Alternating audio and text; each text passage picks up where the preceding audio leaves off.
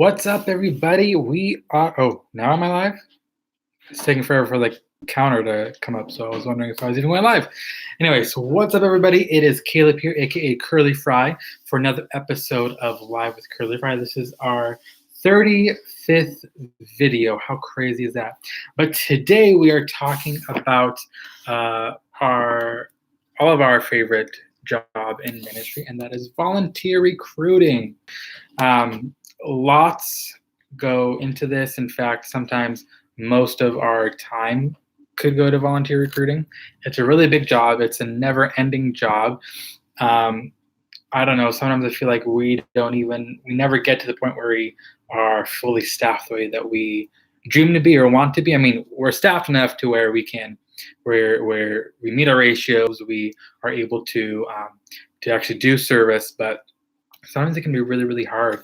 We have a Saturday night service, and our early childhood team sometimes combines with the nursery and preschool just because they don't have the volunteers they need, or honestly, it's just they maybe one kid in each room, so they need to combine and things like that. But first of all, one of the things that we did back in August of 2019 is we did a big Say Yes push, and that was inspired by the campaign that the Orange Curriculum suggests. And things like that are really important. We always want to get the word out that children's ministry needs volunteers.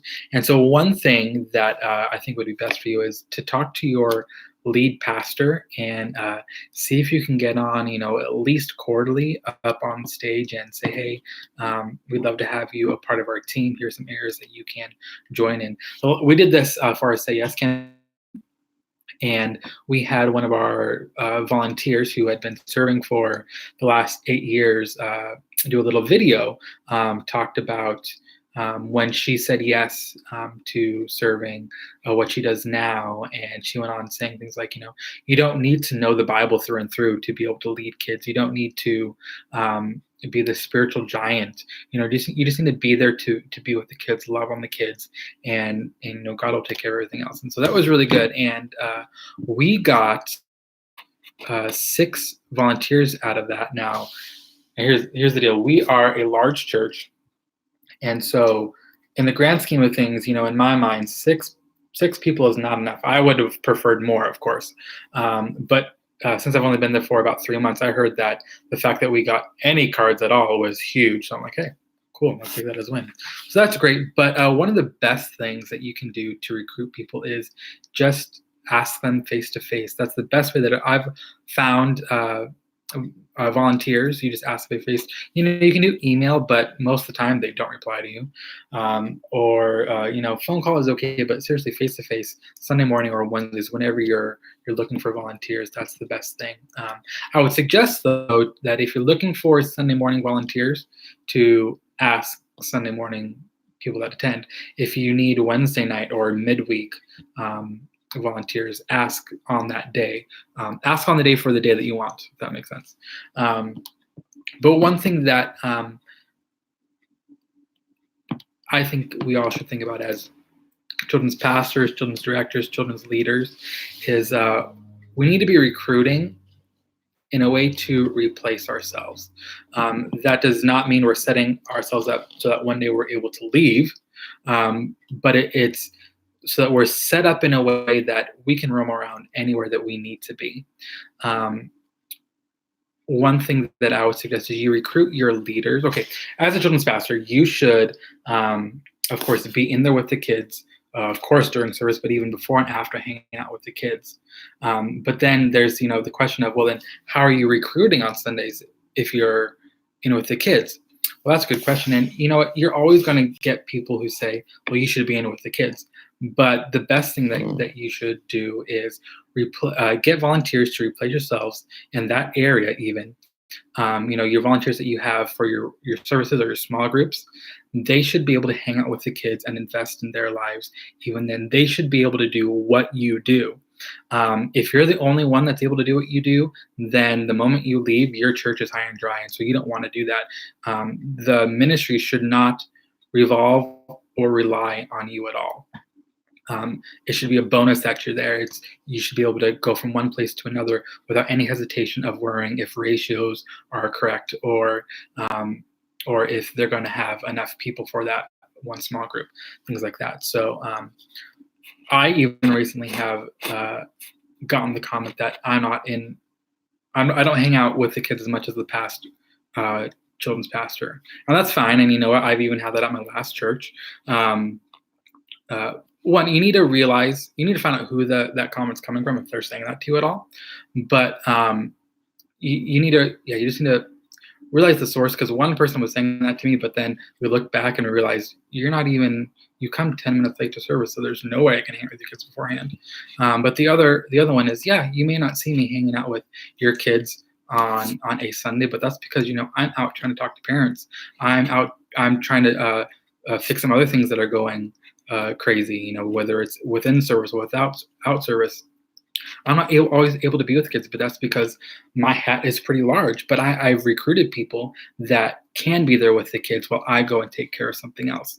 So one thing that we need to realize about our jobs is we're not just a children's pastor. We need to look at children's ministry as just a smaller version of the church overall.